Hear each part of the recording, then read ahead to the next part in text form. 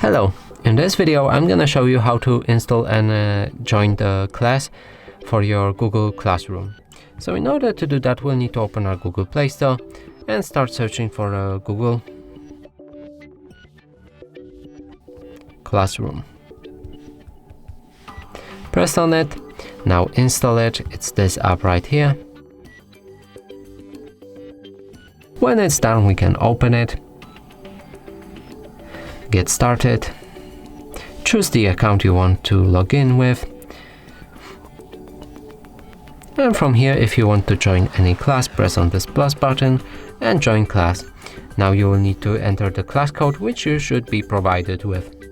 When you enter the right class code, press join and you should be able to join the class.